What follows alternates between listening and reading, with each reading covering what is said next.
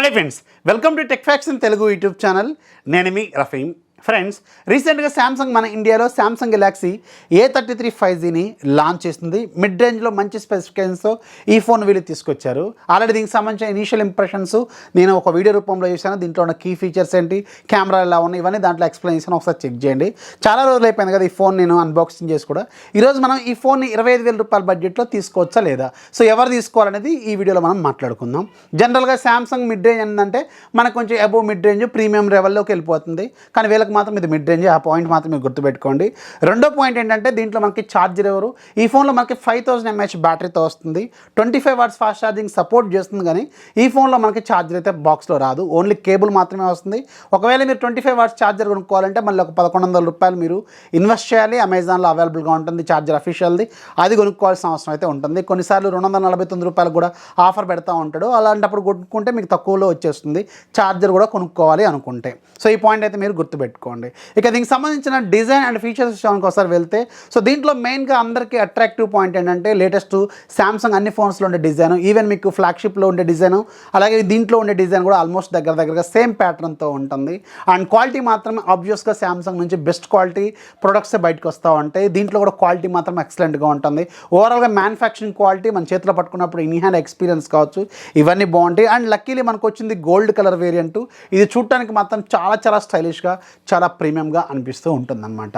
So ఈ design and build quality విషయంలో మాత్రం నేను 100కి 100% సాటిస్ఫై అయ్యానని చెప్పగలను. And coming to the display department, so ఈ ఫోన్లో ఇంకొక మంచి కీ పాయింట్ ఏంటంటే డిస్ప్లే.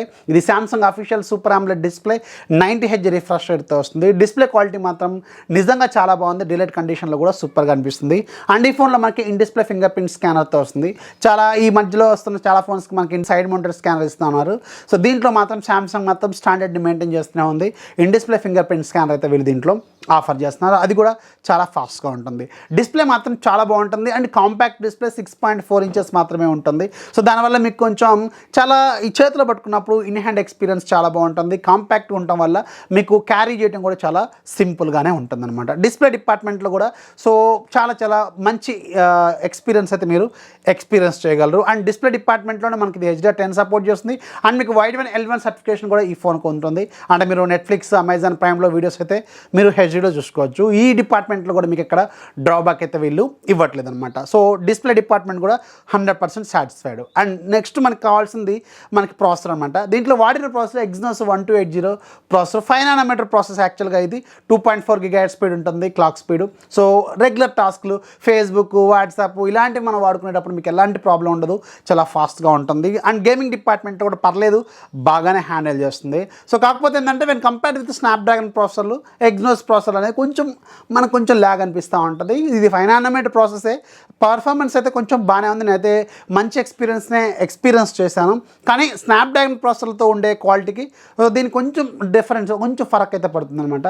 అది మాత్రం మీరు నోటీస్ చేయండి. రెగ్యులర్ టాస్క్లు ఇది ఎవరికి యూజ్ అవుతుందంటే మోడరేట్ గేమర్స్కి, అలాగే కొంచెం పెద్దవాళ్ళకి, శాంసంగ్ బ్రాండ్ వాల్యూ కావాలనుకునే వాళ్ళకి, కొంచెం ఫాస్ట్గా ఎక్స్పీరియన్స్ కావాలనుకునే వాళ్ళకి, రెగ్యులర్ టాస్క్లు మనం వాడే వాటికైతే ఇది సూపర్గా పనిచేస్తుంది. ఇది మాత్రం మీరు గుర్తుపెట్టుకోండి. And coming to the camera department, back side మనకి మొత్తం 4 కెమెరాలో మెయిన్ కెమెరా 48 MP, ఇది వాళ్ళ ఓన్ సెన్సారే.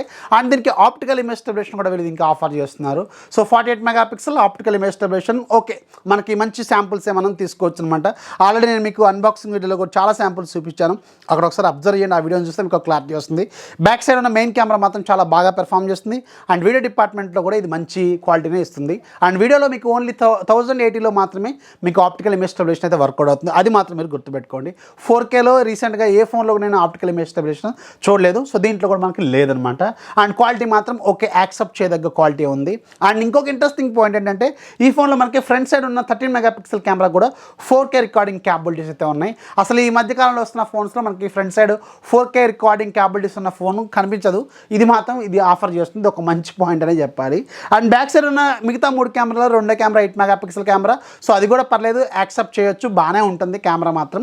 అండ్ మూడోది 5 మెగాపిక్సెల్ మ్యాక్రో, ఇది మాత్రం ఓకే గుడ్ అని చెప్పాలి, 5 మెగాపిక్సెల్ ఇస్తున్నారు. అండ్ నాలుగోది 2 మెగాపిక్సెల్ డెప్త్ సెన్సార్ ఉంటుంది.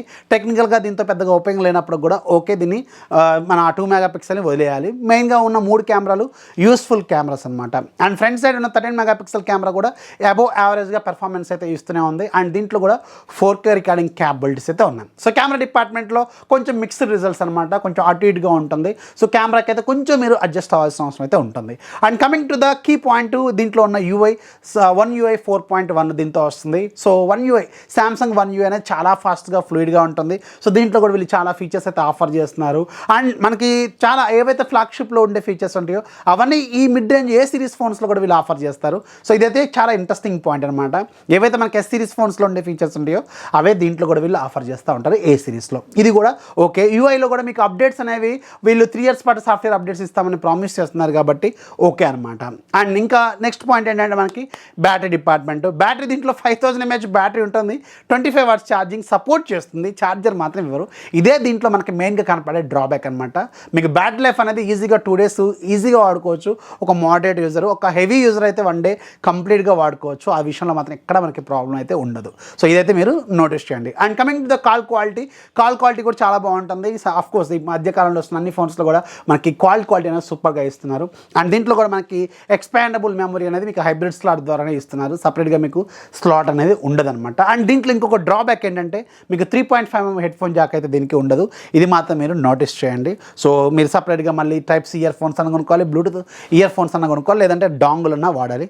అప్పుడే మీకు రెగ్యులర్ ఇయర్ ఫోన్స్ దీనికి వర్కౌట్ అవుతాయి. ఇదైతే మీరు గుర్తుపెట్టుకోండి. అండ్ ఫింగర్ ప్రింట్ స్కానర్ కూడా చాలా ఫాస్ట్గా ఉంటుంది, చాలా ఫ్లూయిడ్గా ఉంటుంది. అండ్ ఫేస్ అన్లాక్ కూడా చాలా బాగానే వర్క్ చేస్తుంది.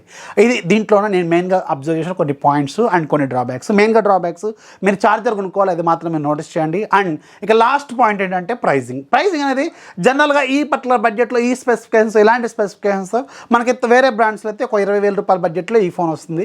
కానీ శాంసంగ్ కాబట్టి కొంచెం ఆబ్వియస్గా వాళ్ళు మిడ్ రేంజ్ అంటారు, వాళ్ళు బాగానే అంటారు, మనం కూడా బాగానే అంటాం. కానీ మనకు మాత్రం ఇది కొంచెం అబోవ్ మిడ్ రేంజ్ కిందకి వెళ్ళిపోతుంది. 25,000 రూపీస్ బడ్జెట్లో మీకు 6GB ప్లస్ 128GB వస్తుంది.